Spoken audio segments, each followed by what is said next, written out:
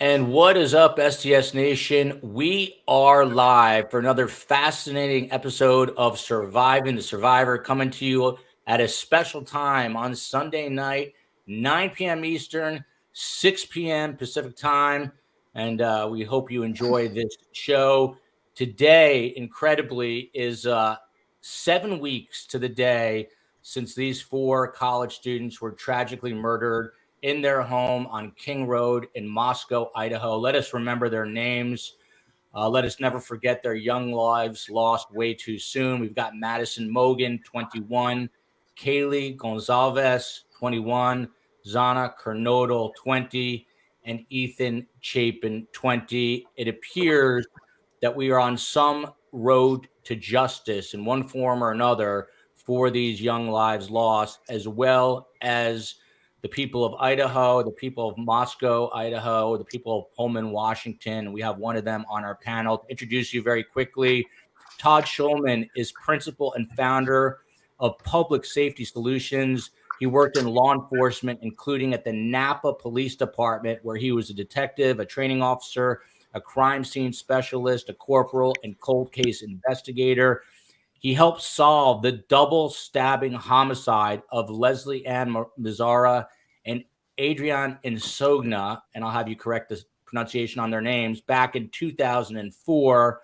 It turns out one of the roommate's friend's husband committed that crime. He is the author of Murder and Mayhem in Napa Valley. Go out and buy that on Amazon.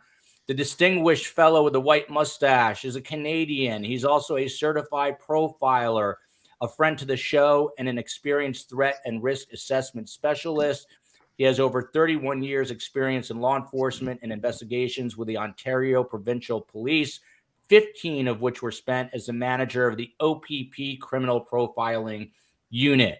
Next up, Tim Jansen, a very well-respected, prominent criminal defense attorney out of the great state of Florida, in Tallahassee, and he has had his fair share of homicides and killings, so a good guy to weigh in on the criminal defense side.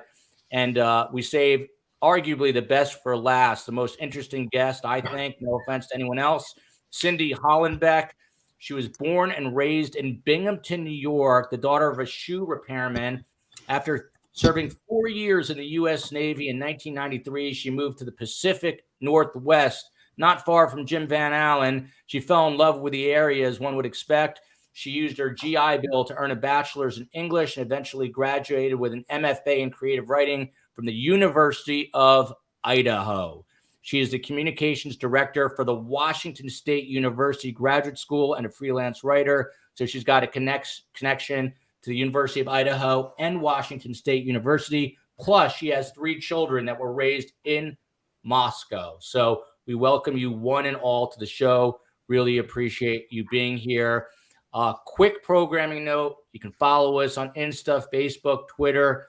Please support us on Patreon. My lovely mother, who hosts sometimes, she'll be doing a live virtual stream this Thursday night at 8 p.m.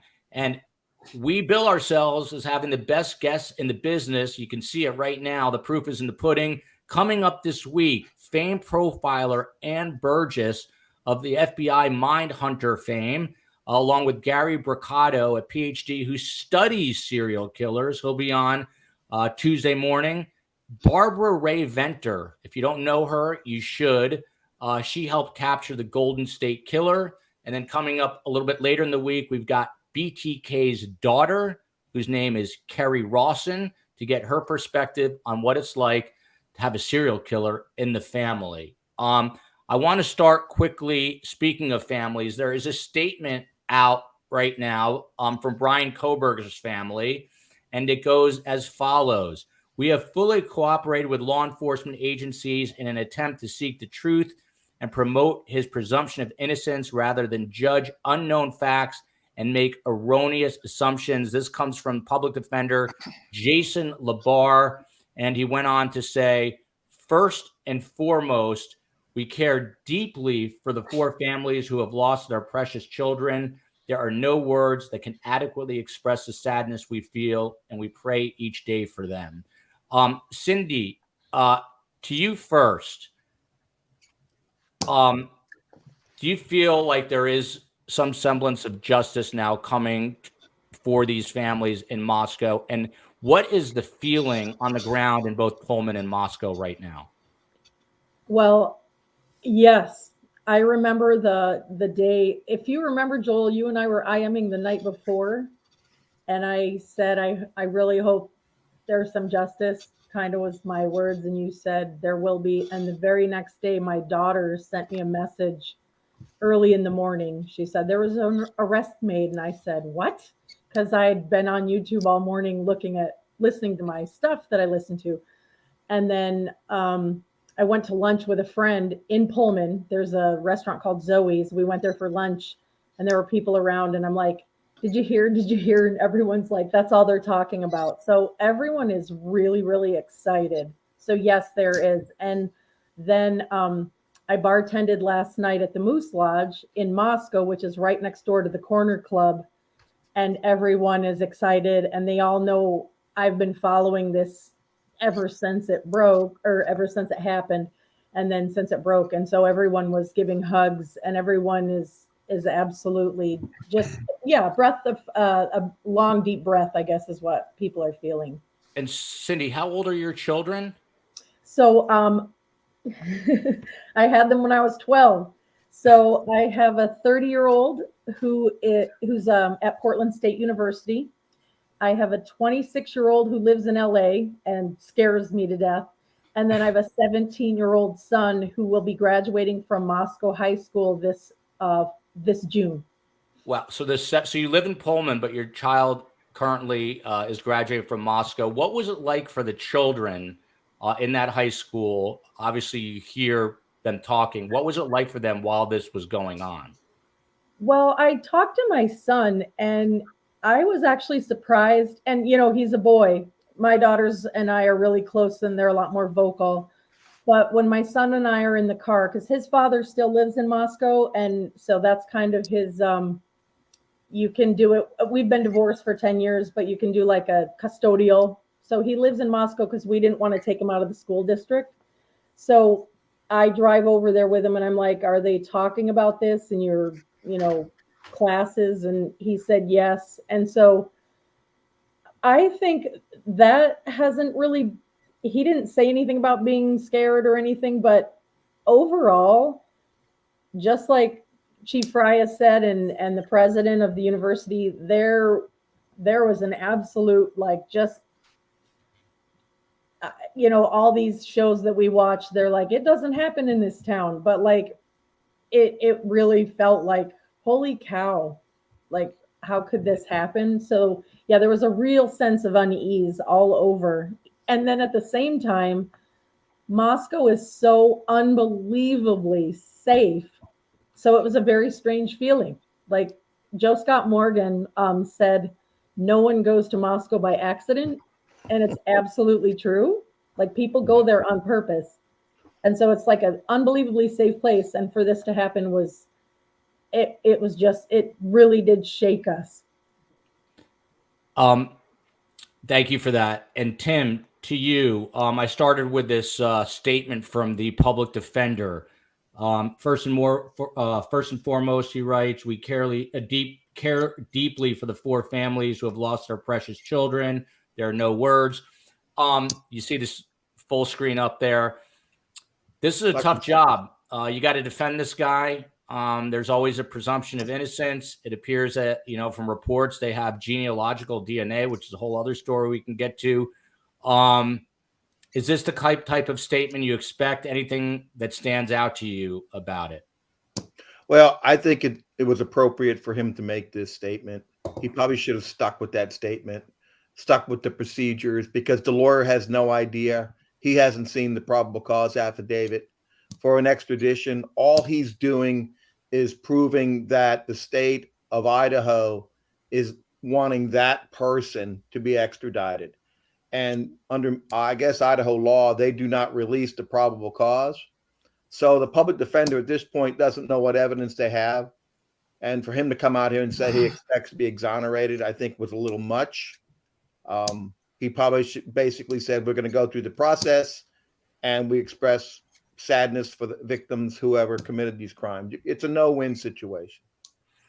And it's a no-win situation for the family. I'm saying this personally. I host my own show, so I can say what I want. And that is, the family did not commit these crimes. The son committed these crimes. And I think we need to keep that in mind. From the reporting so far, I know the father drove back, which I want to ask some of the experts about, from Idaho to Pennsylvania. But from what we can tell from the reporting, it appears that the suspect's mother, the suspect's sister, have a deep conscience, care about people. So I just want us to be careful, because there will be some bashing of the family, no doubt. Todd, to you, it looks like the extradition was waived, and he will be sent back to Idaho. What is happening right now, today? There's no days off in this. It's a Sunday. If you had to pull back the curtain, what are investigators trying to accomplish? Are they trying to speak to Bryan? Do we know if he's still talking or not? Well, that's the key question is, what statement did he provide there? I would assume that they sent people out there to Pennsylvania to try to talk to him immediately. You're more likely to get a suspect to give a statement or his version of the what happened if you can talk to him sooner than later in the process. No offense to the defense attorney on the panel, but the more attorneys get involved, the more complicated it gets, and the longer time goes. Your people have a chance to come up with their version of a alibi or a story, whether it's a truth or not. So I would assume that the authorities in Moscow sent people to Pennsylvania to try to talk to him when he was taken into custody. That's usually the best chance you can get to get that firsthand statement from him. And you're right, the detectives that worked on the case, the task force that was stood up, I'm sure is the affidavit that led to his arrest is only the starting point. They're trying to connect all the dots of what they've already found with other pieces of evidence. And as they said in their press conference, they're still looking for tips and people to come forward who knew him and might probably fill in blanks in their timeline of the suspect's movements and what he did and what he might have said to people. We're going to get to the great Jim Van Allen in 1 second, but I want to start to flow questions and comments in right off the bat. And this one's been up for a while from Adam Rosenduff. What do you believe is in the affidavit? Tim, that's your territory. You want to take a stab at a guess? That's a bad term. I'm sorry. I want to take a guess at that. No offense taken. Absolutely. I would not let my client speak to the police. And usually people they think they're smarter than the police. And I tell them they don't talk themselves out of an arrest. They usually talk themselves into a conviction. In that affidavit is probably going to be, I would imagine, geofencing on his phone, putting him at the location.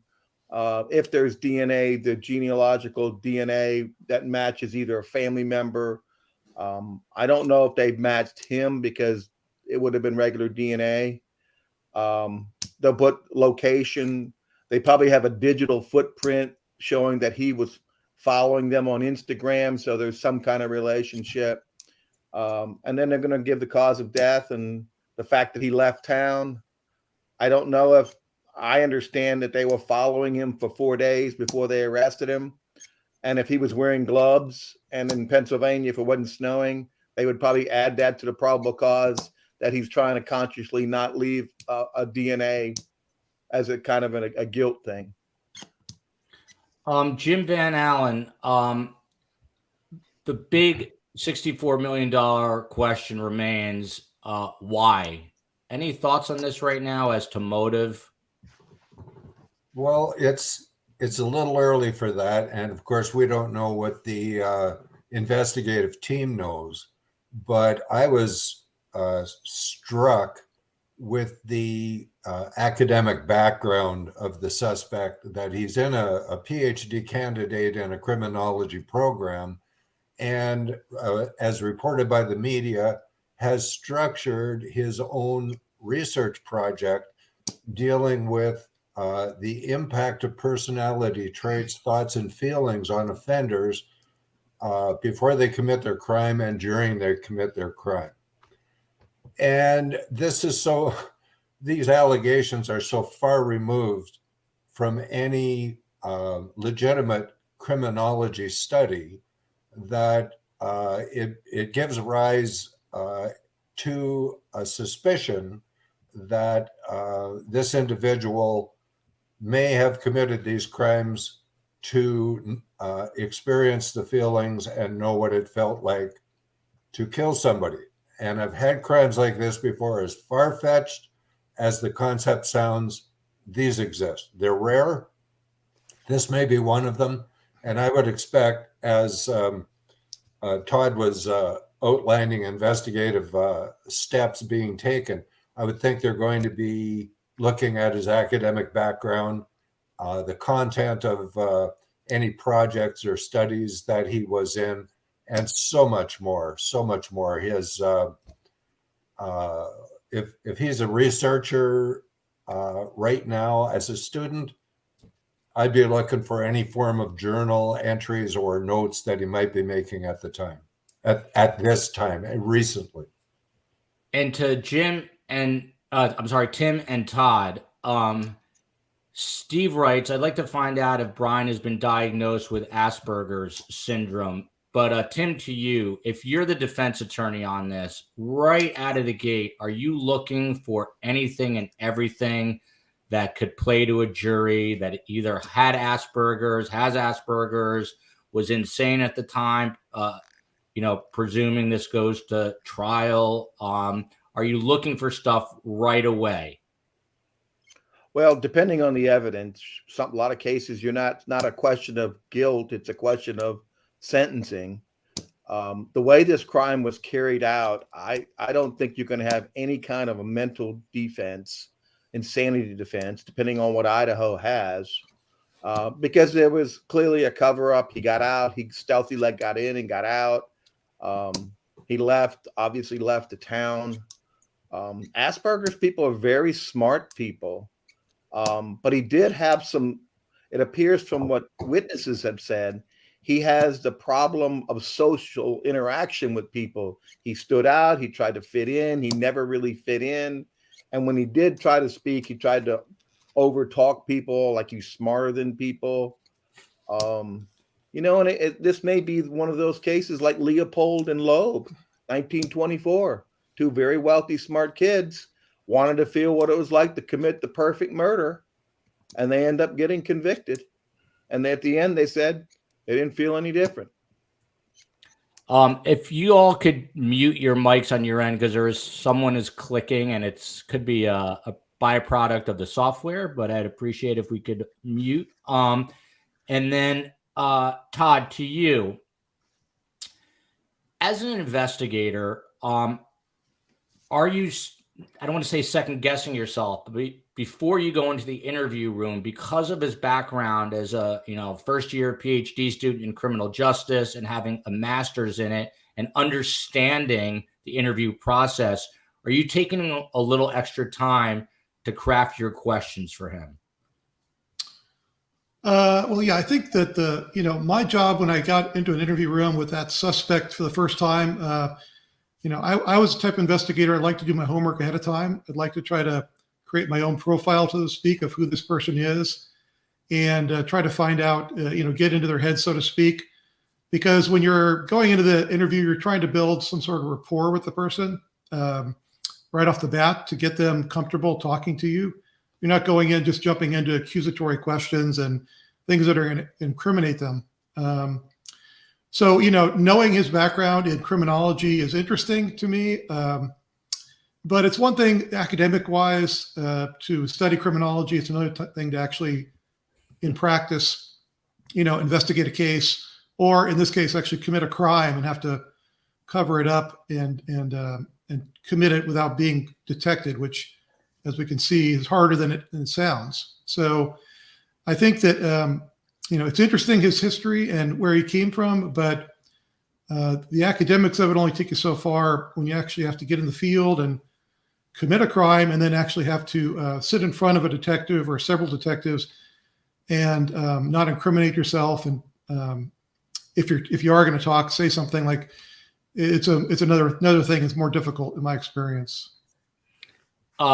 Cindy, to you, and Todd, I want to roll back to you on the time frame of this, and if you're impressed with how quickly law enforcement was able to, catch this guy because they were taking heat. But first, Cindy, police in Moscow, Idaho, Chief James Fry says he believes the suspect in the killings of the 4 students acted alone. But we know now when Bryan Kohberger was arrested, he said, has anyone else been arrested? Kind of leaving it open-ended.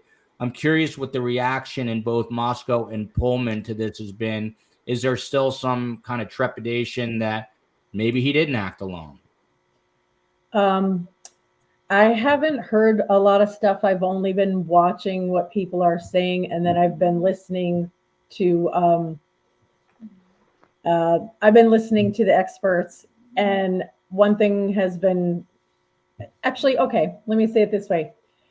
Yes, and most people are saying what the experts are saying is it sounds like a manipulative ploy. And I guess Anne, who you're going to have on your show soon, said it was manipulative. And then somebody actually said it sounded just like something that John Wayne Gacy said. So playing chess with the police instead of actually that being a real thing. But I do know that some of the folks were saying that, and I don't know if my personal opinion means anything. I think that that's baloney. I think he did it alone, but I don't know if my opinion matters. But I think it sounds manipulative, and that's what I don't know if people are still asking those questions, but they did bring it up.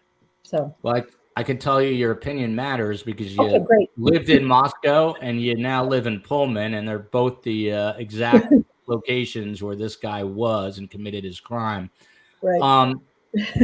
Todd, back to you. Can you just tell the audience, it's interesting, there's some interesting parallels. Back in 2004, these 2 young women were roommates in Napa Valley.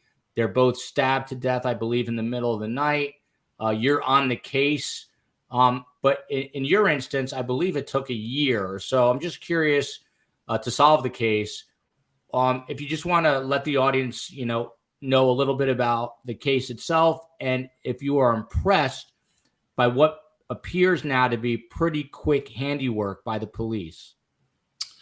Yeah, thank you. The case was very similar in the fact that women were attacked in their house. These were in the middle of the night, there was a surviving victim that was able to escape. She was in a downstairs bedroom. So again, a similarity of these victims in Moscow being in an upper floor.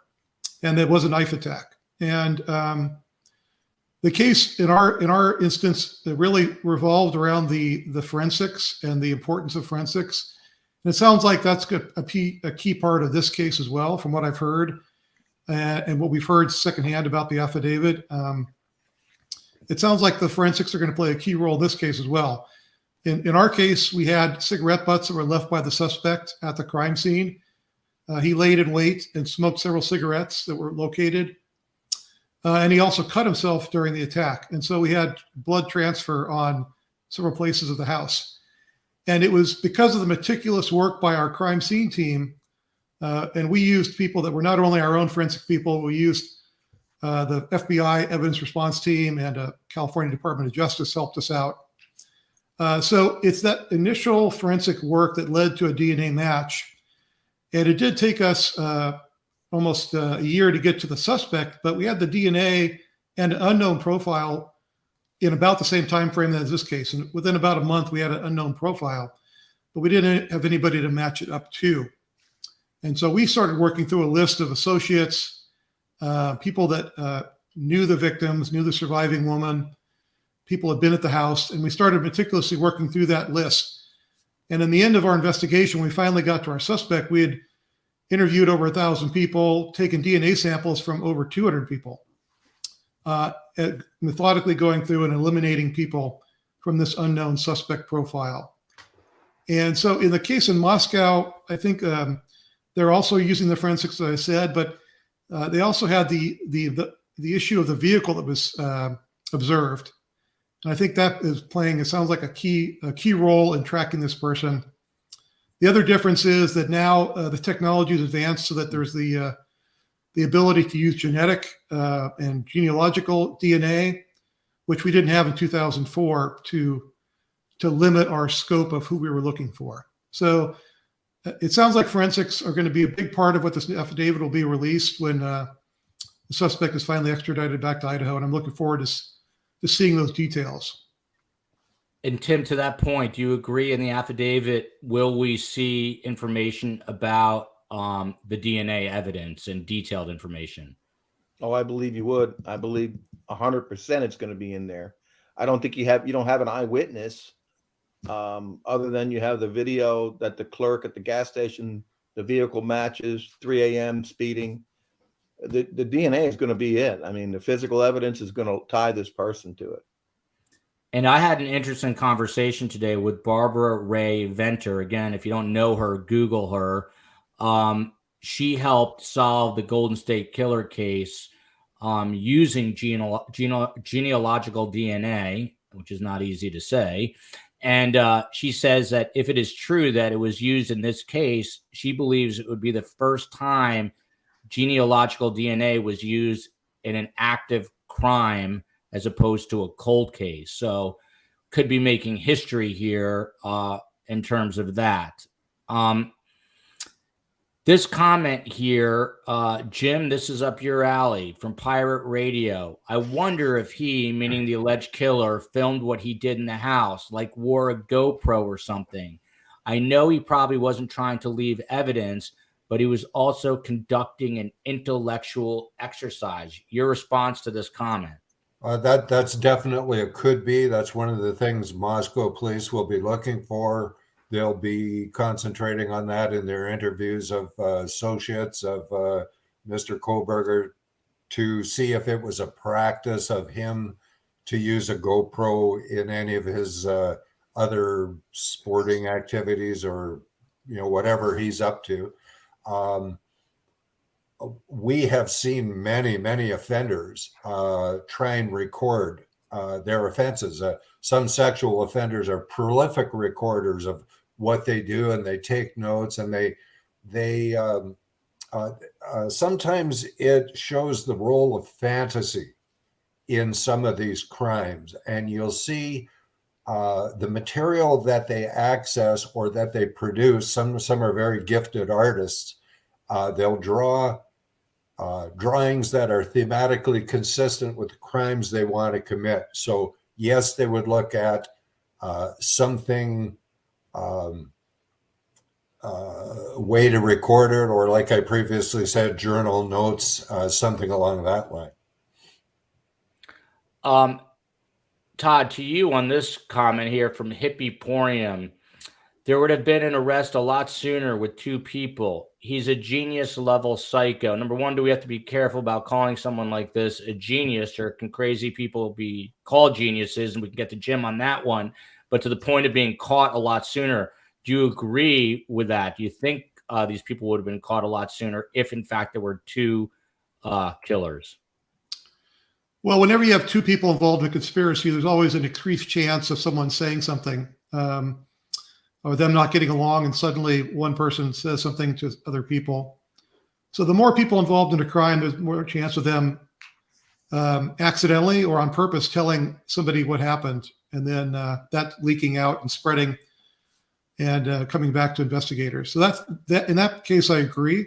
I wouldn't jump to the level of him being a genius level psycho at this point. It seems like what we've said already. I believe there's physical evidence left at the scene, and that the detectives used that to start with the genealogical DNA. And so the fact that he left evidence at the scene, shows you how hard it is to commit a crime, a perfect crime.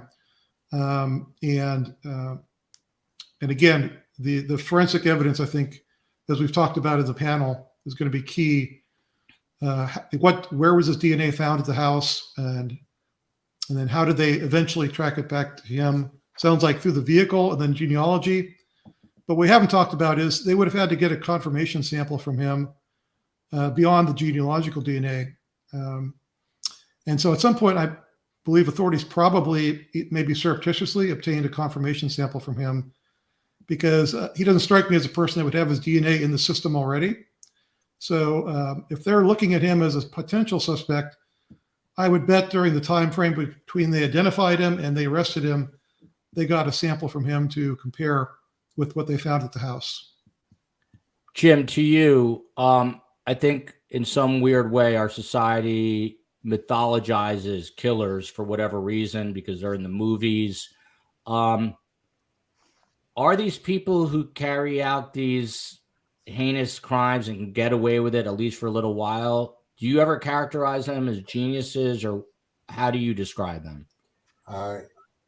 This is not the crime of a genius nor the crime of a psycho, depending on what definition of psycho you're using, whether you're talking about a psychotic person or a psychopath, which is two totally different things. He is probably neither. I think this is an individual who thinks he was very clever, and many offenders do, but they cannot be as clever as the collective intelligence, experience, and skill of the investigative team that was looking for him. He made some gross miscalculations, leaving offender DNA at the scene, which is very predictable. As Todd says, it's nigh on impossible to commit the perfect murder. And how this person went around doing it certainly isn't the perfect murder. I think he thinks he's clever. He's going to university. So what? He's read a couple books. He's a bright guy.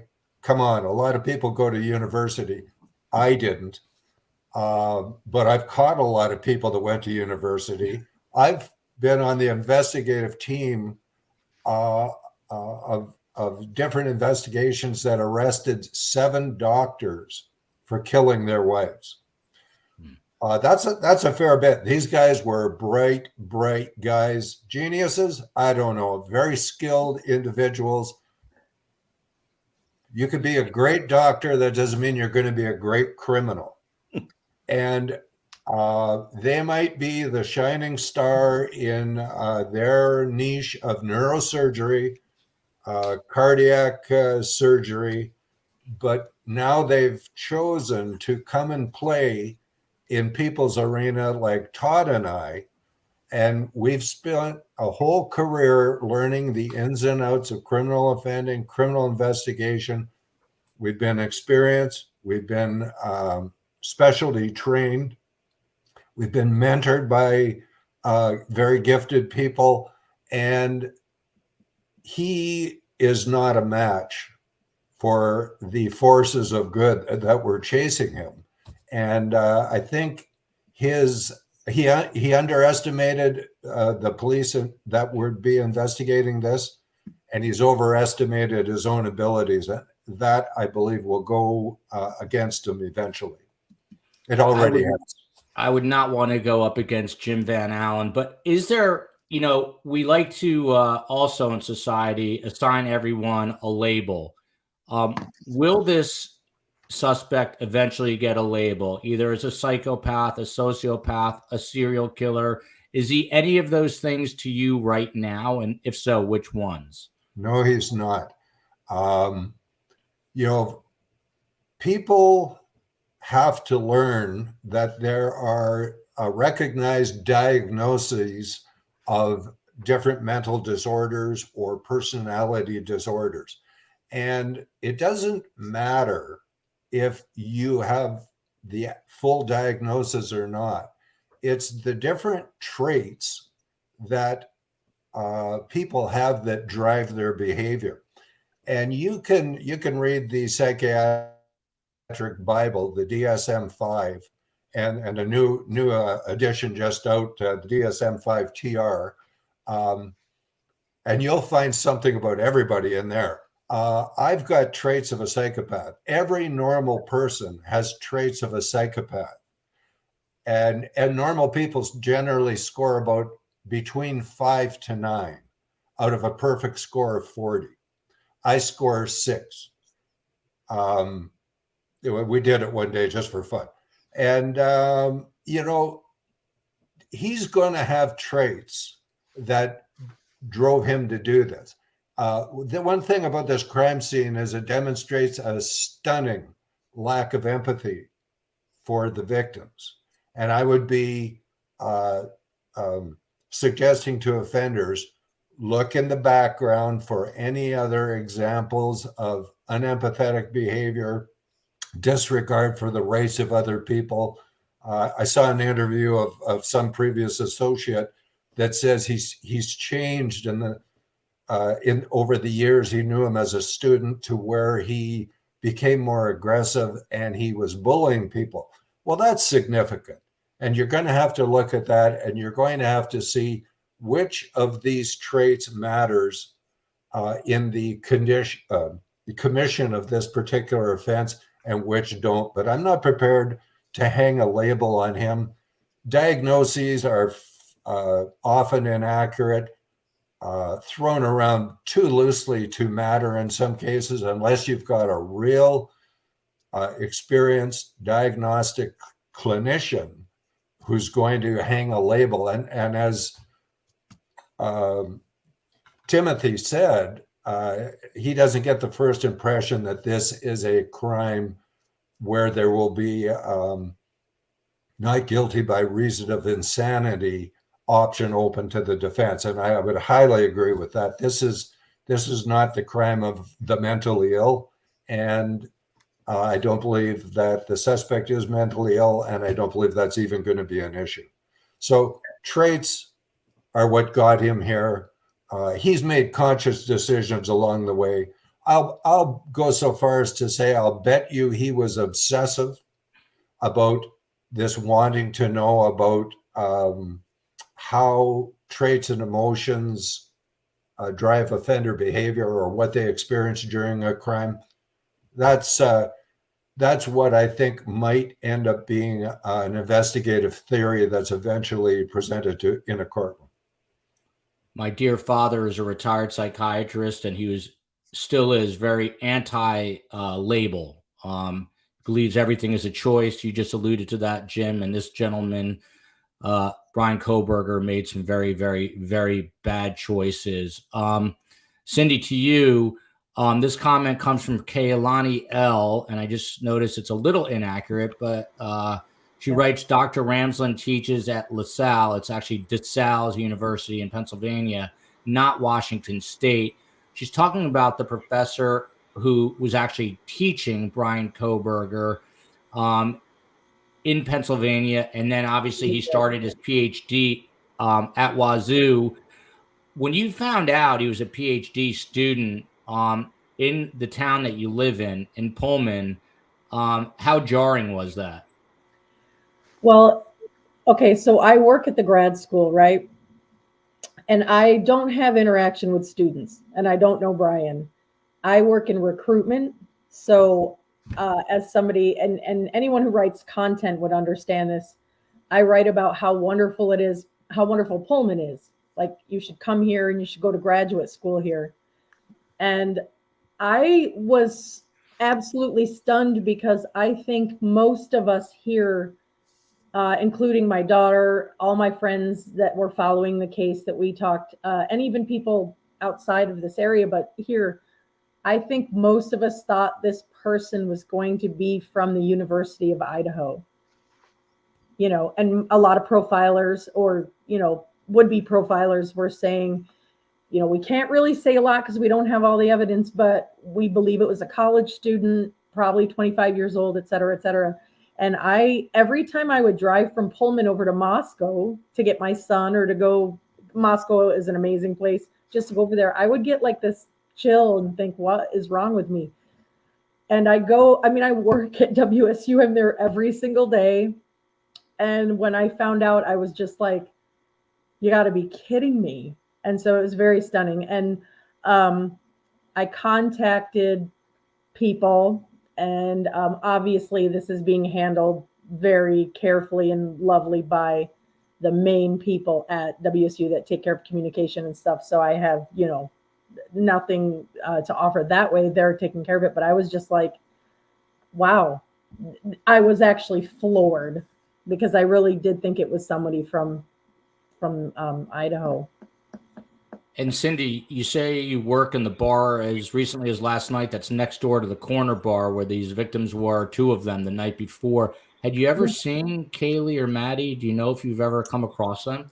No, I haven't. And the first thing I did was ask. And yeah, the Corner Club is right next door to the Moscow Moose Lodge. And my daughter and I used to go to the Corner Club all the time. And I know that Kevin, the reporter from the Idaho Statesman, was on your show, and he was talking about the Corner Club. And it really is just this staple. Like, if you come to Moscow, you have to go to the Corner Club. It's just this, I don't know how to say it other than, like, if you go to Boston, you have to go to Cheers, which, kind of exists, but it doesn't exist in the way the show does.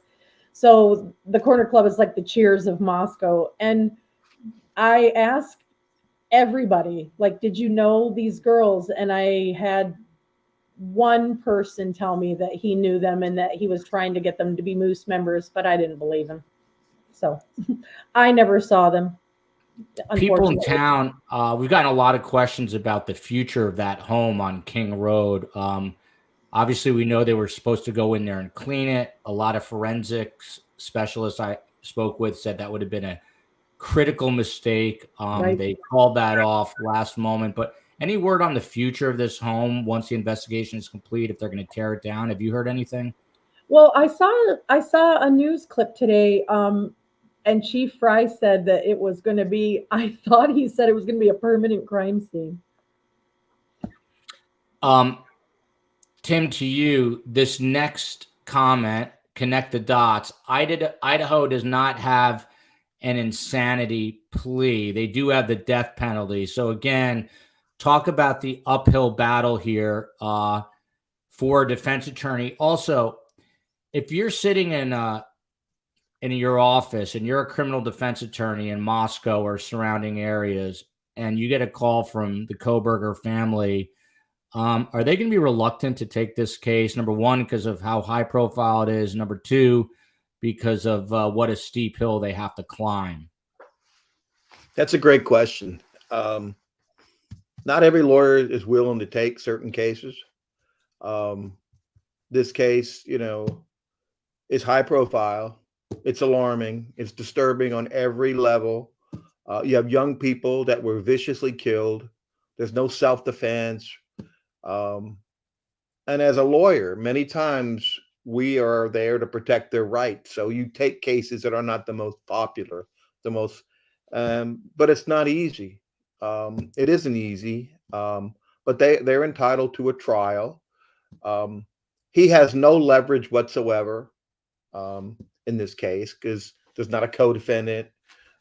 He doesn't have an insanity defense. Idaho doesn't recognize it. You look at the evidence, you're going to see how sometimes circumstantial evidence is stronger than eyewitness testimony. They clearly feel like they have enough to tie him to the scene. And if they have DNA, it's going to be, the billions that it's not him. Then he's got to think about what he wants to do. And you would have to go to him, his family, and say, listen, here's our options. And in our world, we've had cases, and we have some good cases, we have bad cases. And when you have cases where the facts are bad, we say in our business, we didn't build the plane, we're just flying it. Some things we can't change. Now, if the evidence is overwhelming, and I'm not presupposing the evidence, I haven't seen an affidavit, he may be just trying to get a life sentence. That's what he might be trying to get. That's what the lawyer may be trying to get. And there is reasons for that. Family wants to get this resolved. They don't want to go through a trial. They don't want the pictures. They don't want all this coming out on a public trial, which it probably would be. And they want to move forward. And I'm sure the victims' families are going to have input into how this case is resolved by the state attorney or the state prosecutor there. There is some other kind of news of the day, and that is there are reports out that, in fact, Bryan Kohberger was stalking, and we heard about this, peripherally as this was going on, that Kaylee had a stalker But there are reports saying that he did stalk the alleged victims before the November murders, and that he even wore gloves in a supermarket weeks afterwards. Cell phone data shows that he was often in the same location, again, according to these reports, as 3 sorority sisters and one of their boyfriends before he murdered them. To you, Todd, how important is it to get to the bottom of that? Find out exactly, his whereabouts, how close he was to these victims prior to the killings.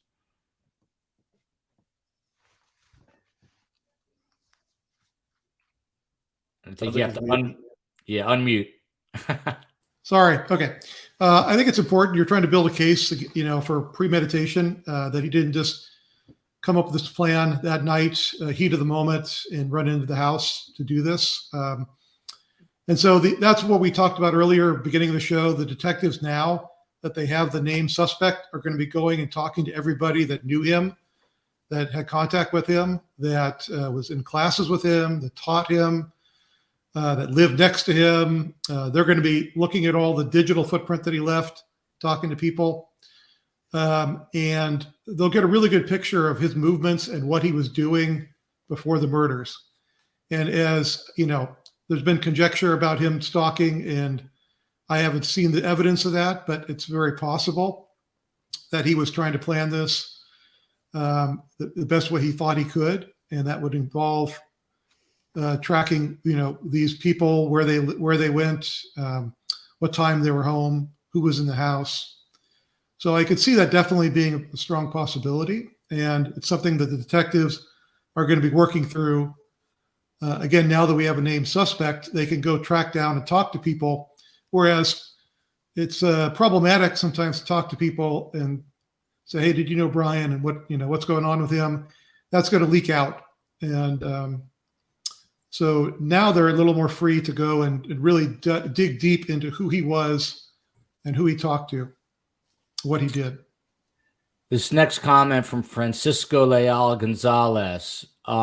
Ever since he was a kid, he had this crime in mind. He wanted revenge for all the bullying and rejection. Jim, this one obviously is for you. There are side-by-side photos of him when he was in high school. He was an overweight kid. Chances that he was bullied are probably pretty high. Does this commenter hold any water with the comment? Well, everybody gets bullied. Everybody as a kid that ever went to a public school got bullied for something. I don't care what.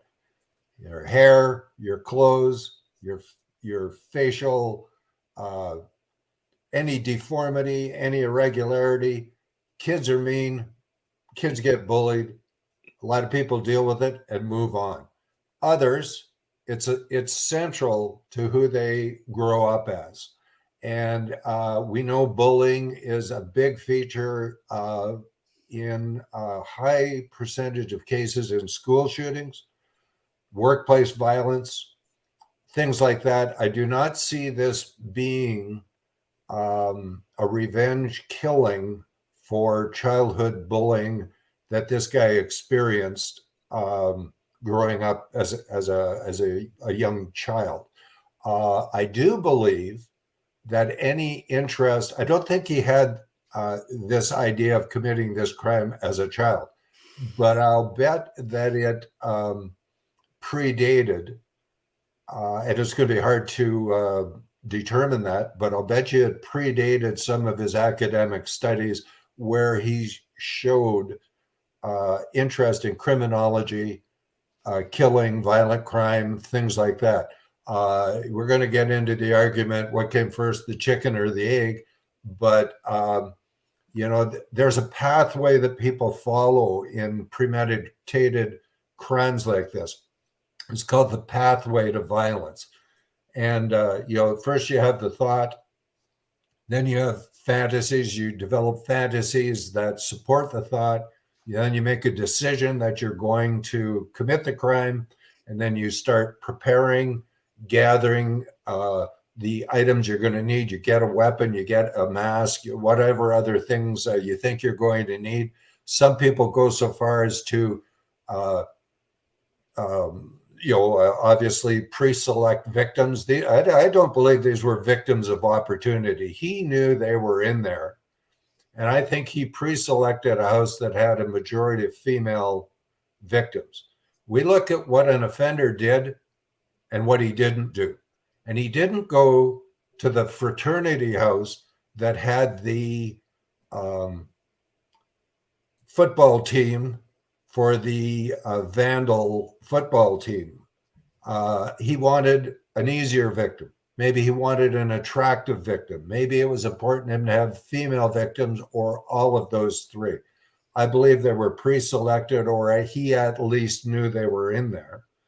And maybe he even went through some behavioral tryouts to rehearse, to prowl, to check how easy it would be to break in.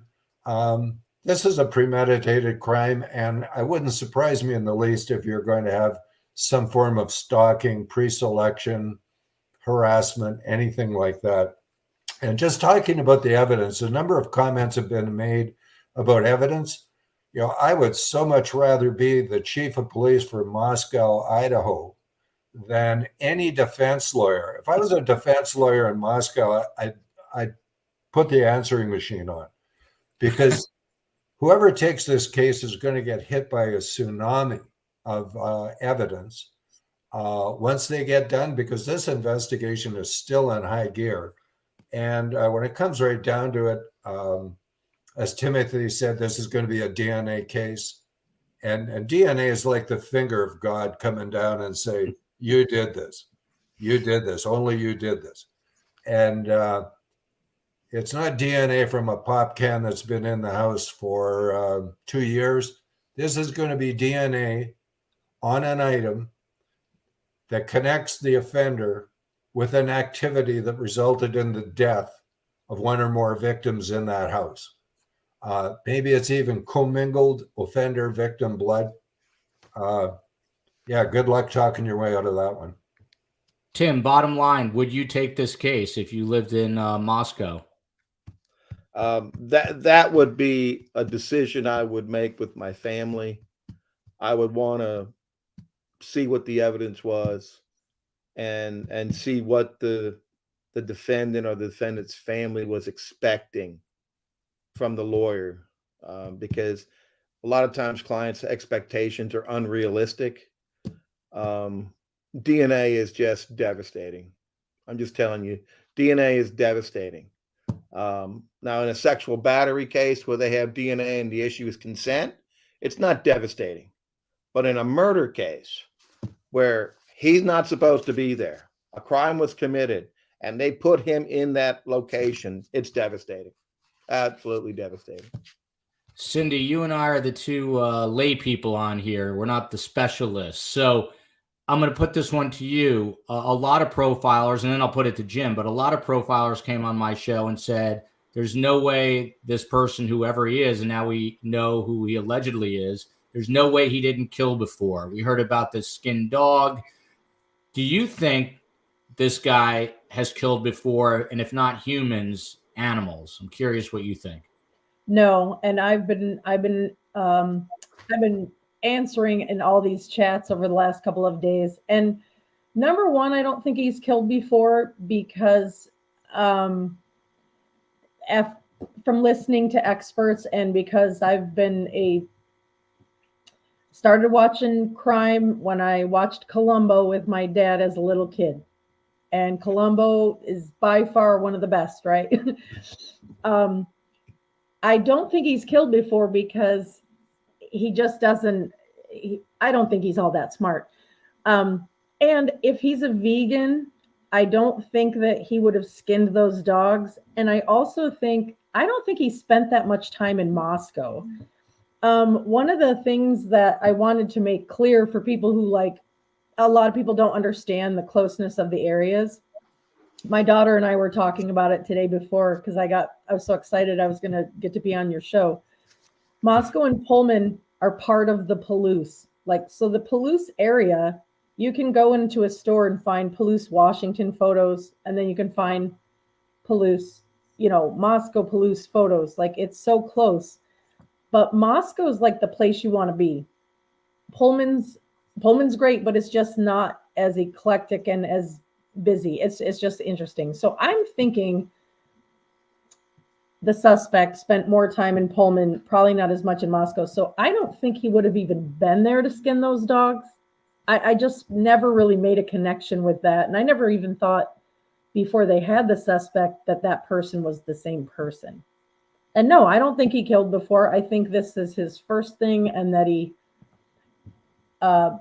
is it John? What's John's last name? Navy SEAL? Gillum. Yeah.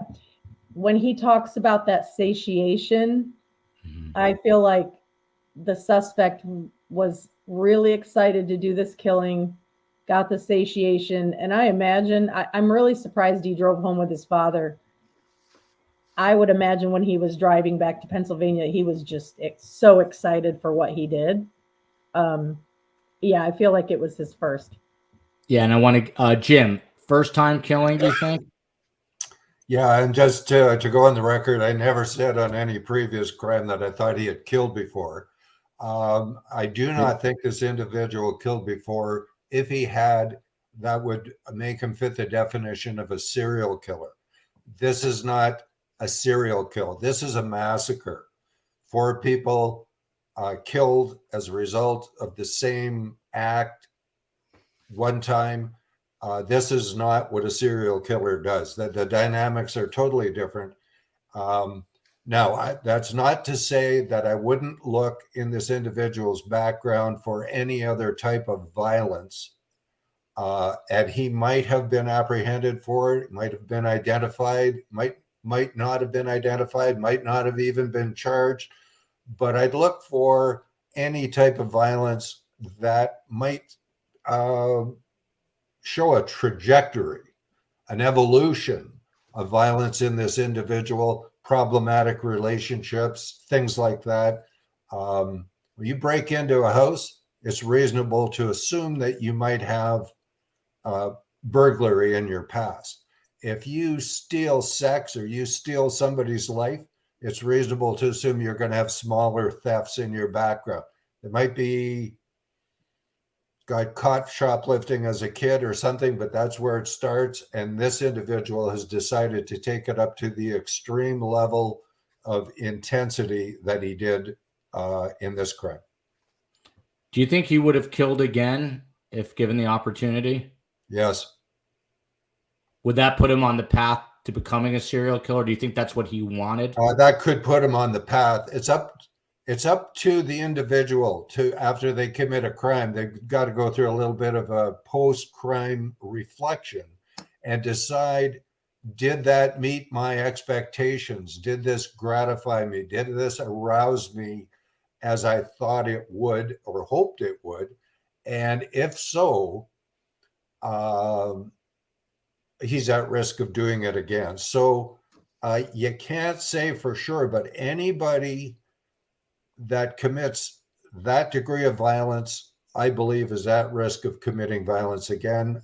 Any measure of previous offending reflects a potential for future offending. That's the way we look at it. From an investigative standpoint, Todd, 2 kind of critical issues. Number one, without a doubt, the most important, at least in my opinion, with limited knowledge, is the murder weapon. Still no murder weapon. So if you're the lead questioner, interrogator in the interview room, how hard are you pressing him right now, assuming he's talking, to try to find out where that murder weapon is? And then after that answer, Tim, to you, not having the murder weapon, does that help your case from a defense standpoint? But first, Todd, you. Well, yeah, in a perfect world, we'd like to have all the pieces fall into place and have all the physical evidence line up. And a murder weapon is an important part of that. But in my experience, in my case, we never found the knife in our case either. But as we talked about, as Tim talked about, the most important thing was the DNA in our case as well. Because if you have his DNA someplace in the house that can't be explained away, like he was there at a party or something of that nature, if his DNA was there because he got hurt or it was in the scene where these people were attacked, That's the trump card that's going to, put him away versus having a physical knife that you find in his vehicle or in his possession. I've always thought that the murder weapon is long gone, honestly. It's too easy to throw away a knife, throw it in the river, toss it out of the car window when you're driving cross country. I would have been surprised if they found that a month and a half later, or if he kept it. It's more likely that he got rid of that, the clothing he was wearing. I mean, I think he knows enough about, criminology from his experience in the academic world to know those are things you wouldn't want to have laying around in the back of your car.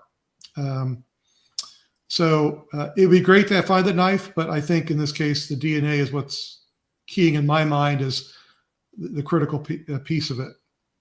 And Tim, to you, as a defense attorney salivating, is it easier to confuse the jury and say, hey, there's no murder weapon here. There's nothing that you can, attach to my client, or is the DNA simply too overpowering, assuming they have that DNA evidence? I'd rather they had the knife than the DNA. You can always talk about a knife, but the DNA, you can't. You're going to put him at the location.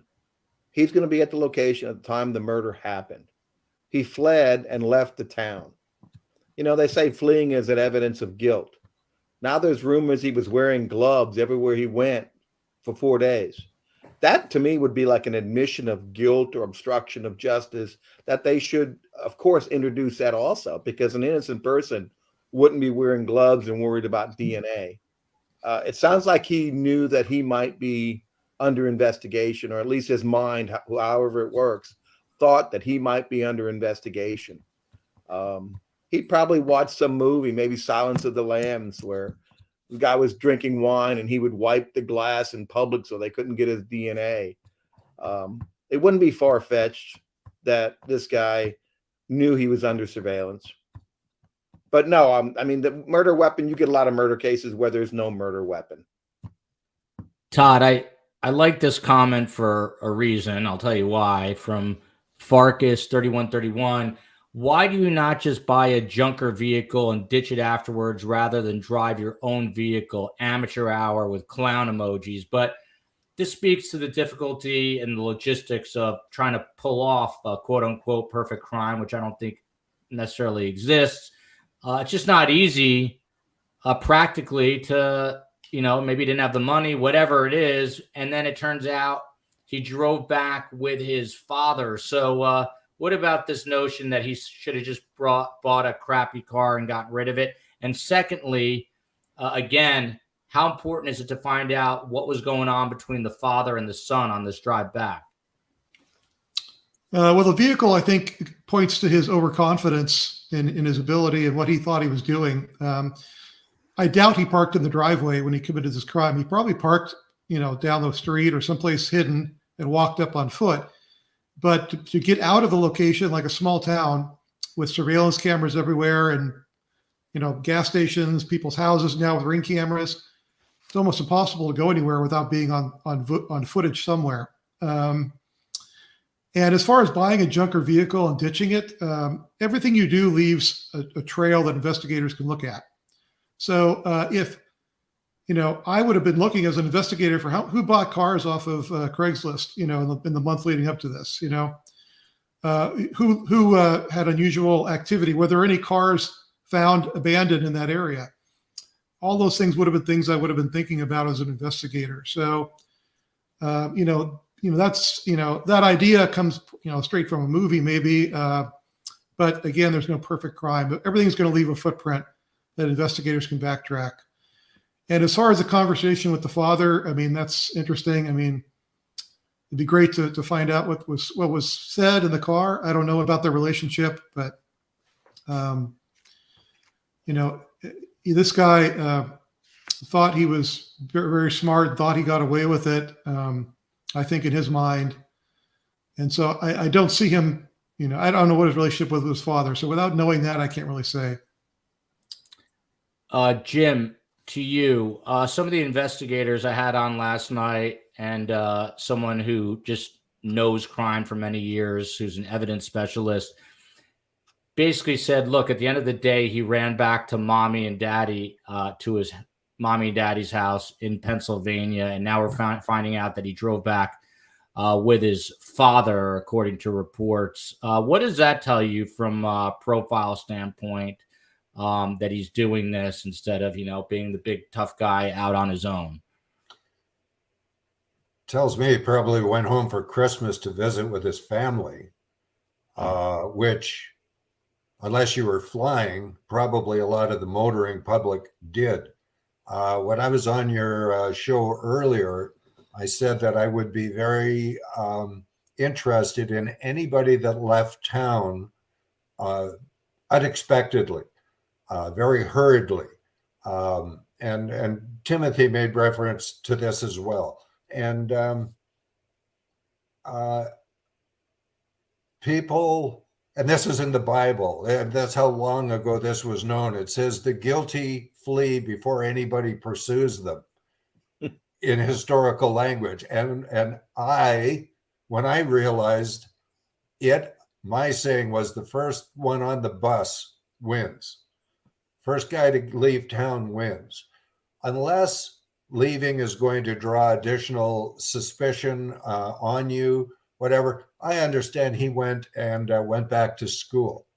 That's what you'd expect this guy to do. He's going to try and fly under the radar, avoid apprehension, avoid identification for this crime. And then I think it's quite reasonable that he planned with his family to go home and visit over Christmas. I think it's quite reasonable that a father, if he had time and no professional demands, would fly out that far and share the drive back and look for an opportunity to spend time with a child who has been away from the family for a while. Nothing untoward about this at all. I don't think that this is going to come in as a factor in this investigation, other than he was arrested many miles away from where the crime was committed, and it might take an extradition hearing or not to get him back. So no big deal either way, in my opinion. Cindy, there are reports too that the alleged killer identified himself as someone named Dave and called into a podcast similar to ours.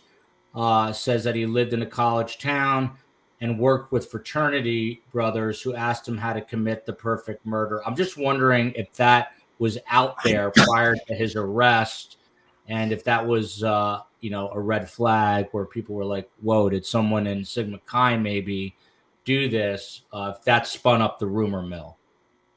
It did spin up the rumor mill, but as soon as I saw it, I shot it down and I didn't want to read it. It's kind of like the 4chan.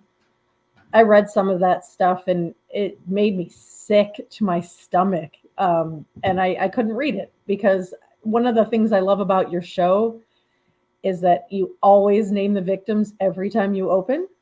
And that's why I'm here. I mean, that's what we care about. And the stuff that they talk about, and some of that stuff, if it's false, some of it's sickening. And I didn't even want to listen to it. And yeah, I've been seeing it.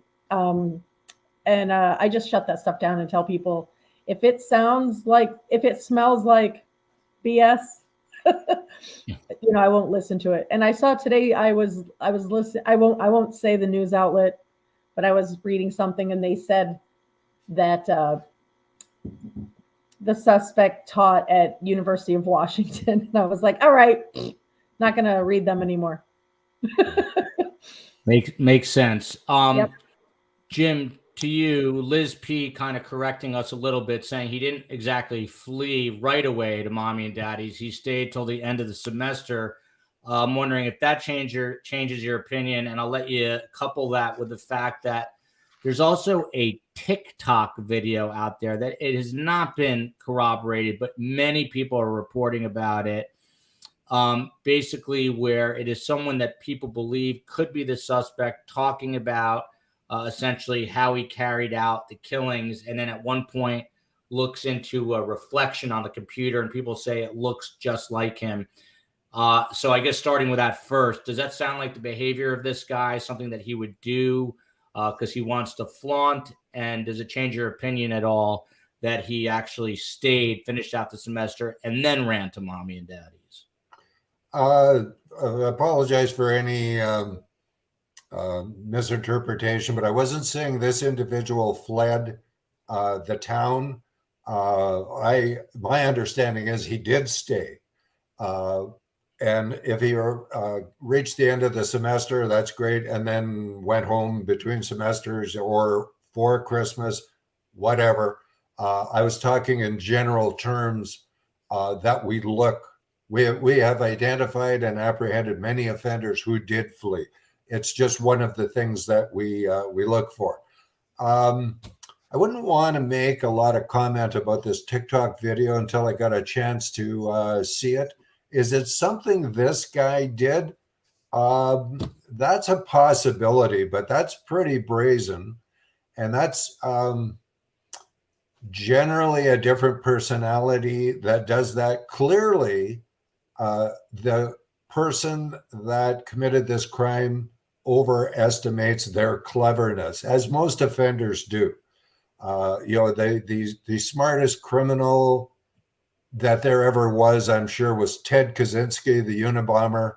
And when they captured a professor in mathematics, probably genius IQ level, and when they caught him, he was in a 8x10 tar paper shack in Mudflap, Montana, wearing unkempt and holes in his clothes. So, how clever was he? If a guy was to do that, I expect that would indicate he has a very brazen personality. And this would just be another example of evidence that's open to investigators to try and get him in.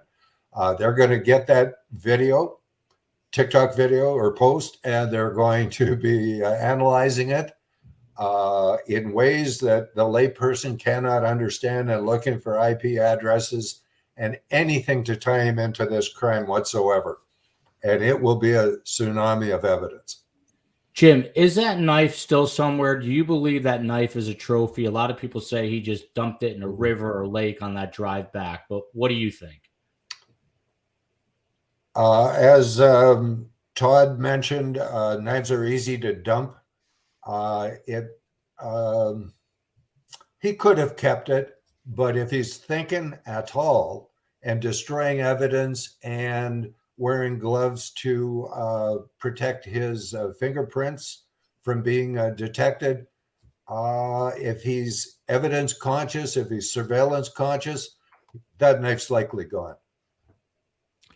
Tim, I'm wondering if you are cup of silver bullets. They write, I'm thinking more and more he's innocent and maybe he had been in that house before. This sounds exactly like something a criminal defense attorney would say. I don't know if this person, cup of silver bullets, is trolling us or not, but this is the sort of thing that a defense attorney would present to a jury, I think, to create reasonable doubt. Is it not? It would be. And right now he is innocent because no evidence has been introduced. That's even the more reason why the judge made the house available, because the defense lawyer is going to want to go into that home. You might get information from your client that he can prove he'd been in that home before. But it depends on what DNA they have. I mean, if they have his hand on a glass or they have his blood on the victim's fingernails, that's a big difference that he's been in the house before. You can't say he's guilty right now. We don't even know exactly what evidence they have. He has a right to a trial. But the DNA, if it's under the fingernails of a victim or in the blood or somehow, that's pretty damning information. Tim, as a criminal defense attorney, how much do you want to know or not know from your client so you can try the case? Because if this guy was my client, I wouldn't want him to tell me much. I'd be the one wanting to ask questions. That is a great question that every day the lawyer, and if you're taking on real cases, you don't want to know too much, because if your client tells you something and the evidence is different in a police report, or he says something differently, you can't put him on the witness stand. Most times I never ask the clients what they did. I ask them what they're charged with. I want to see a police report. I never ask them what they did or what they didn't do. I would get my team together. We would look at the police reports. We'd get as much evidence as we had available, and then we would start our defense at that point. You never ask a client. I mean, all clients are going to say they're not guilty. They all say I didn't do anything. And what I found in 35 years of practice is that between what the police say in the report and what your client tells you happened, it's usually right in between. You know, they're going to undercut. The police may over exaggerate. And because the police are relying on witness statements and things, really down in the middle, you get down. And when you finally get a client, and I've had clients that were completely innocent, that's a very difficult job because you really believe your client's innocent. And sometimes the system can make it hard to get a fair trial, but it's your skills that protects that person's rights. And so those are the ones that are really difficult. Trying to get a deal or work out a resolution, a deal for everybody, that's not the hard case. The hard case is when you have an innocent client. I'm going to go a couple more minutes and then we'll get final comments and call this a wrap. But my favorite commenter's name, Cheetos, as in Cheetos, as in the snack. He tried to say others were involved. Isn't that pretty much admitting to the crime? Todd, this is for you. I think he's alluding to the fact that once upon his arrest, he posed the question, did you arrest anyone else? And I guess within that, there's an implication, yes, I'm guilty, but there were other people involved. So from an investigative standpoint, what do you make of this? Well, I think it's more akin to what Jim was talking about. I think he's trying to throw people off of what reality is. Again, he may be still trying to go with his theme that I'm smarter than you, and I can hide what I did. He's not privy to all the evidence the police had when they took him into custody. So I think that's more of the case than more likely that he's trying to basically cover his tracks and throw people off, either on purpose or because he really believes that he can be smarter than the investigators and steer them in another direction without knowing all the evidence they may have already lined up against him. Tim, this next comment from Breaking Houston. So who are the psychiatrists giving all these killers the meds? We don't know if this guy was taking meds yet, but we had a therapist that apparently this guy suffered from OCD, was a vegan, didn't like any meat in his pots. If there was meat, he had to buy new pots, et cetera, et cetera. When and if or how are you able to obtain psychiatric records either on the law enforcement side or on your side, assuming he was seeing a therapist or was taking medication? Well, we can get his meds. We can get a medical release by our client from his doctors, from his medical release. And we can do I would hire my own psychiatrist. We have a forensic psychologist that testifies in these matters who talk about mental health, guilty by insanity, or an overall assessment for like danger. So you can, try to negotiate something. Those can all be done confidentially. You do it, and if it's not good, you don't do a report. If you get a report, you got to turn the report over to the state. But I could get my client's medical records and his psychological records just by a waiver from my client. And Todd, from a law enforcement standpoint, how hard is it to get psychiatric records? Can you subpoena those? Yes. Yeah. If you have a criminal investigation and you have probable cause that the person's involved in a crime, those are records you can obtain. And, you can attempt to talk to the therapist or the psychiatrist involved as well. Sometimes they'll talk to you, sometimes they won't. But the records are definitely obtainable, just like they are from a defense attorney's point of view. Cindy and Jim, this next one. Cindy, I'm just curious. This poster, Ellie Joe Bonnie, he used to be a heroin addict. Is there a drug problem in either Moscow or Pullman with younger kids or college kids that you know of or aware of? Well, I'm not so sure what's going on now. Like when people kept speculating, drugs and, the Gonzalez family was like, that's absolutely not true. I tended to believe it. Although I know, we have in the past had a very large meth problem, and my daughters have told me that there has been a heroin problem. And for a while, pills were a problem. So, I mean, it's a small area, right? So, when kids are underage, oftentimes, and they can't get alcohol, they'll go to pills. But now that weed is legal in Washington, people can drive from Moscow over to, Pullman and get, weed. I'm sure it's no secret. But, that would probably be a question that would be better answered by law enforcement, because I really don't know anymore. But I do know that there used to be, on the Moscow, when you would go to the Moscow like city website, there would be a sign that said "Stop meth use now." I mean, that was how you welcome people to Moscow, and that's not there anymore. So I think it has decreased. I'm not sure what the drugs of choice are right now. And Jim, to you, if these reports are true that he was a heroin addict in high school, does it change or alter your profile of him in any way? Not really. That's one of those investigative details I'd wait to see what history, what substance use would be in his background. But this doesn't suggest a crime of somebody high on a very serious psychoactive drug or dealing with a substance-induced psychotic state, anything like that. I would doubt that that's alive in this investigation, but we'll wait and see what comes out. And then this one goes right back to you, Jim. One or two more, and then we'll wrap it up. From Cruz, Boston.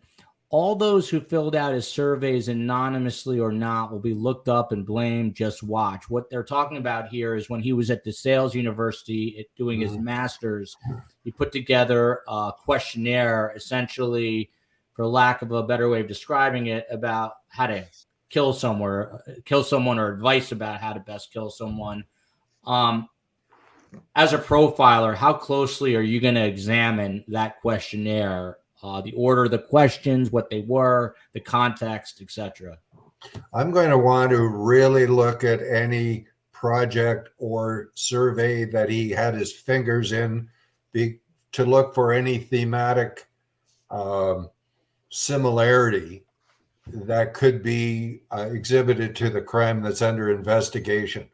The investigation is a process of focusing in on the information that you have uncovered, not focusing outward to give me everybody in the world.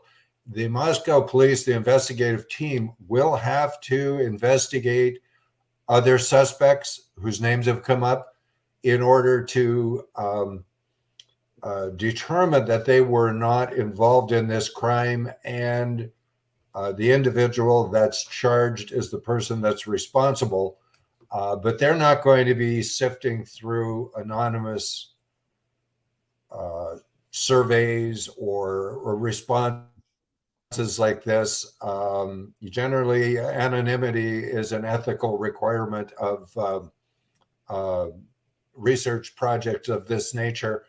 I'm not sure that would even be available to the police, but they're focusing in on the guy with the DNA match to the crime scene, not focusing outwards on the whole world. They won't be looking at Timothy or Todd or me or you or Cynthia. They're focusing on the evidence in the crime scene. Todd, back to you. There was a lot of talk about this Hyundai Elantra. There was a bolo out like 3 weeks ago, 2011 to 2013. People said it was a wild goose chase. They found one that was missing a front end bumper and license plates in Oregon. It led to nothing. When they ultimately arrested him, they seized a 2015 Hyundai Elantra. So what does that tell you? It seems to me like law enforcement, which got a bad rap, especially the Moscow PD, because they're, small town, they got a bad rap. It looks like they knew what they were doing, and they were on to the right vehicle, maybe not the right year, but the right make and model. What does it tell you about the power of law enforcement and what Jim says about the collective mind of law enforcement being greater than any one perpetrator? Well, I think you hit the nail on the head there with that comment that Jim had made, because the Moscow PD is a small city, small police department compared to, let's say, New York or LA. But early on, they realized they needed help, and they brought in Idaho State Police. They brought in FBI profilers and FBI agents to help them out. And so it seems like every step of the way, they brought in the resources they needed to work this case. And, the car was an interesting lead because it was seen in some surveillance video, at night when there aren't a lot of cars on the street at 3 a.m, right? They didn't know for sure if there was a car involved in the crime, but it's somebody who may have been an involved party or somebody they wanted to talk to. So, I'm sure that they ran down a list of DMV records, anybody registered to a Hyundai Elantra. And I'm sure they didn't just look in Moscow. They probably looked at the surrounding area. I'm sure they looked at Pullman and other towns in that area. So they probably had a list of Hyundai Elantra owners. But again, they couldn't place them at the scene of the crime until they got that further DNA evidence and started linking things together. And so, again, I think it just shows the power of the investigative process and how deliberate they were and what they were doing to put this case together. And Todd, just to piggyback that, kind of in relation to Joe Blow's comment here, are you as an investigator going back and re-interviewing the 2 surviving roommates right now? And what are you asking them? I'm sure they're going back in the context of Bryan to find out, confirm whether they know of him, came in contact with him, even peripherally. Part of the investigative process would have been to interview these roommates in depth and talk to them about who they came in contact with in the days and week leading up to the crime. So I'm sure they did that initially, but they'll go back now with the lens of having a named suspect to see if there's something that maybe will jog their memory about this person and about the car that maybe they didn't know about. And then, the roommate's going to be important, even though they weren't witnesses to the actual event, because they were traumatized by this, just like the whole community was. And the victim impact of this is going to be felt strongly with them when they get to that point of court proceedings, talk about how this crime has affected them as survivors of it. And Tim, will the court subpoena the surviving roommates? Will they have to ultimately appear in court? Well, if they get subpoenaed, they'll have to show up. If the guy says I was in the house with his DNA on some cup, then they can call these roommates to say that he's never been there in the house and he has no relationship to these people. They might call him for that reason, but I think he's right. The victim impact might be at a sentencing hearing if there's a conviction. How's it, but certainly you get a court subpoena, you're going to go regardless who sends it. What an amazing panel. I'd like to get some closing comments. Let's start in reverse here. Cindy Hollenbeck, you're a mom of 3. Your son is still a high school senior at Moscow High School, if that is the name. I apologize if it's not. You bartend, you live in Pullman, you're connected to both towns. Are you feeling a little more at ease tonight? And what would you like your fellow community members and the world to know? Yeah, I feel a lot more at ease. And one of the things I wanted to say, and I think I put it on Facebook and Twitter, I never doubted the Moscow police for a second. And I had a naysayer from my hometown send me a message early on. And I said, nope. They immediately got a hold of the FBI. They got the state police. they've got all these people helping them. And I think that Chief Fry in the press conference the other day, watching him, not to sound too immature, and there has been other people who've said it, but like, he had every right to be like, ha ha. He was so professional and so emotional at the same time. Like, I never doubted them. And yeah, I think with the time that was going by, but every one of us that knows anything about crime and true crime, that the case was not going cold. There was tons of stuff still going on. I just never lost faith in them. And I'm looking forward to what the prosecuting attorney said. This is a new beginning. And so I'm going to be watching this and all the shows, and your show, of course. So thank you so much. There is a comment that I think is important. Alice Wonder, we need to pray for the surviving roommates. Their lives will never be the same. That is certainly true. And on top of that, a lot of fingers were pointed at the so-called hoodie guy, at Jack DeCur, the on-again, off-again boyfriend. I'm sure are guilty of it as well. But as one investigator said, 10 years from now, people are still going to point, unfortunately, at someone like Jack DeCur and say, hey, he might have been involved in this. So I think it's important for all of us to realize that everyone is infallible, and to be careful with who we point fingers at, when we come across a case like this again. And as investigators say, let the evidence point to the truth.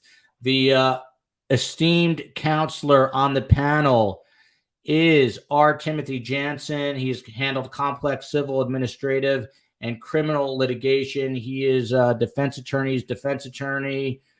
Tim, what is next for whoever is going to defend Bryan Kohberger? Where do you see this headed in the next days and weeks? I still think he'll get a public defender. I don't think the family has the resources to hire a lawyer that's going to be able to defend a case like this. Public defenders, that's their job. They take cases of people, the indigent. It's not going to be an easy job. They get many clients. And in this small community, you probably have, I don't know how many prosecutors they have in that small town, but they probably have someone who's been a public defender for a long time, probably has some experience with murder cases. I can tell you in the murder cases, usually the homicide investigators are the most experienced. They really do their homework. They know what they're doing. This is not like a patrol officer who shows up at the scene, steps all over everything. They follow leads. They're not fools. They do a good job.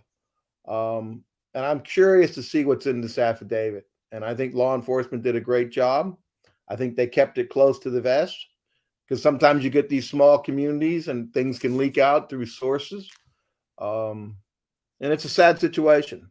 I found Gainesville, Florida in 1990, we had a Danny Rawling committed murders at a college town. He killed 5 people. He was a serial killer. Ted Bundy killed in Tallahassee at the Chi Omega house. These guys, college campuses are ripe because you got young people. They don't lock their doors. They feel like nothing can happen to them.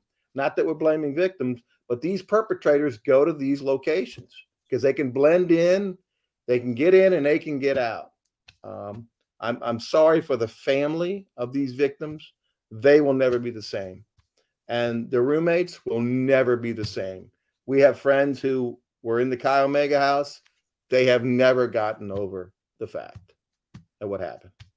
Very eloquently stated. Todd Shulman is principal and founder of Public Safety Solutions. He worked in law enforcement. He was at the Napa PD. He helped break open this case back in 2004. It was a double stabbing homicide.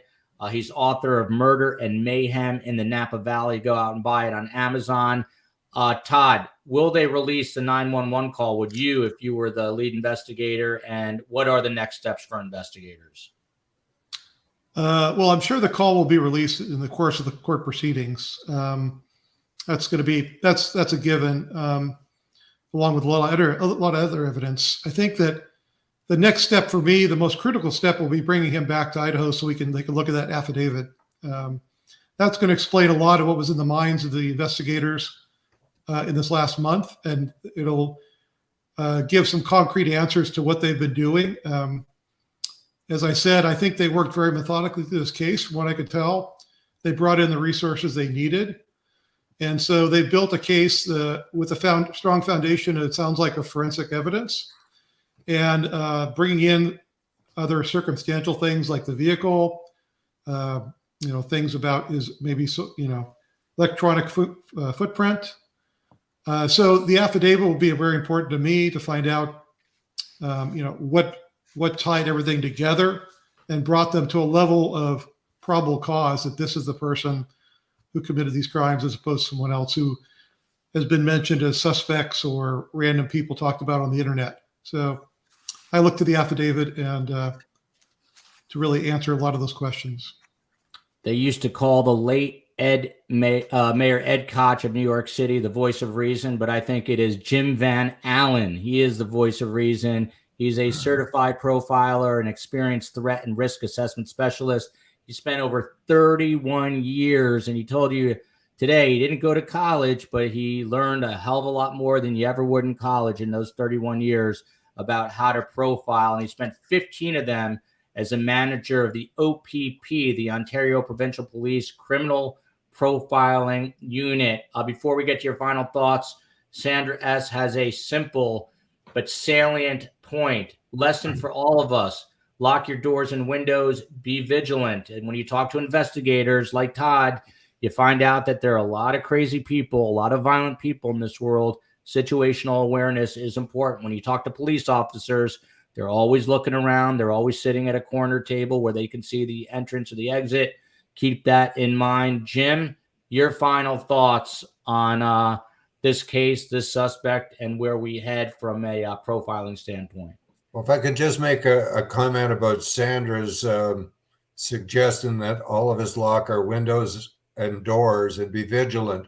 That's sage advice. And I can't tell you how many times I say that to people. For women, you have to be careful with your relationships. Treat intimate partner violence as a threat to your well-being, because it is. And it often escalates to serious threatening violence. If don't associate with known criminals, don't associate with violent criminals, don't get involved in gang activity. If you're not doing any of that and you're just living your life and try to fly under bad guys' radars, lock your windows and doors. Timothy made reference to Danny Rawlings in Gainesville, and I saw Rawlings's interview, and he said that's all he'd do all night long was go and try and check windows and try and open doors. And if he found one that was open, then he'd go in. Your goal should be to try and place obstacles between you and a person's ability to harm you. And this is called target hardening. And it might be residential security. It might be security around your vehicle while you travel from your house to business to point of recreation. Establish a little bit of situational awareness as to what's going on around you. Are you being followed? Is there anything suspicious going on near your residence? Do stuff like that, and you'll find that you're going to be a lot safer, and bad guys might pass by you, because they're always going to take the easiest way out. They're going to take the person whose door isn't locked, who doesn't have security lighting, and things like that. So make yourself a harder victim to get to. The last words about the case: everything that Todd said, ditto. These guys did a fantastic job. I would like to work with them and learn something from them. This is textbook efficiency in terms of using resources and managing your resources, and effective teamwork by multi-jurisdictional agencies coming together for one cause, which is to solve this crime and get justice for the victims. It's not over. They're still in high gear. They will be up until the end of the trial. And my hat's off to them. I think they've done an admirable job. Hats off to all of you. Big shout out to the legend, Steve Cohen, behind the scenes, who helps book the greatest guests in the business. As you just saw, Tuesday morning, we will have Ann Burgess, who helped form the FBI Mindhunter profiling team in the 70s, along with Gary Mercado, who's a PhD that studies serial killers. As if that's not enough, Wednesday morning, we've got Barbara Ray Venter. She cracked open the Golden State Killer. As if that's not enough, Thursday morning, we've got Kerry Rawson, who is BTK, the infamous serial killer's daughter, her reaction to all this and what the families on both sides are going through. You guys have been an exceptional panel. Our viewers, STS Nation, we love you. Happy New Year, prosperous New Year to everybody. Don't worry. We'll have another episode coming up Tuesday morning. Love you, America.